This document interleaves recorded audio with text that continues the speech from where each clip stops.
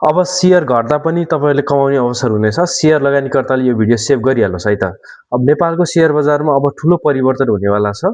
आर्थिक वर्ष 2083-84 को बजेट अनुसार अब नेपालको सेयर बजारमा इन्ट्राडे ट्रेडिङ र सर्ट सेलिङ जस्ता अत्याधुनिक सुविधाहरू पनि नेप्सेमा इन्क्लुड गर्ने भनिएको छ। इन्ट्राडे ट्रेडिङ भनेको के हो त? इन्ट्राडे ट्रेडिङ भनेको आज किनेको सेयर आज नै बेच्न मिल्ने सुविधालाई इन्ट्राडे ट्रेडिङ भनिन्छ। अहिले भन्दा पहिला कुनै पनि सेयर किनेको 3 दिनसम्म त्यो सेयरलाई बेच्न मिल्थेन। अब चाहिँ जुन दिन किन्यो त्यही दिनमा नै त्यो सेयर चाहिँ बेच्न मिल्ने भएको छ।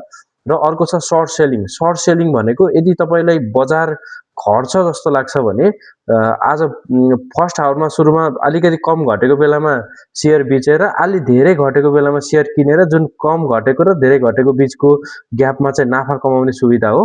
यसलाई नै सर्ट सेलिङ भनिन्छ। यो भारत लगायत अरू देशमा चाहिँ पहिल्यै प्रचलनमा थियो भने नेपालमा पनि बजेटमै समावेश भएर यो कुरामा चाहिँ सुधार गर्छु भनेर अर्थमन्त्रीले हिजो बजेट भाषणमा भनिसक्नु भएको छ।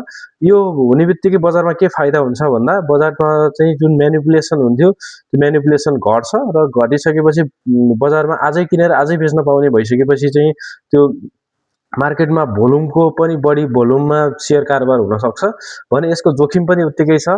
यसले गर्दाखेरि जुन नयाँ लगानीकर्ता जसले चाहिँ यी कन्सेप्टहरू कम बुझेको छन् उनीहरूलाई चाहिँ घाटा पनि लाग्न सक्छ र बजार चाहिँ अलिक कम म्याच्योर पनि हुन सक्छ। तपाईँलाई के लाग्छ यी दुईटा जुन सुविधा नेपाल सरकारले नेप्सीमा ल्याउँदैछ यो कारणले गर्दाखेरि सेयर बढ्ला कि घट्ला? कमेन्ट गर्नुहोस् है त।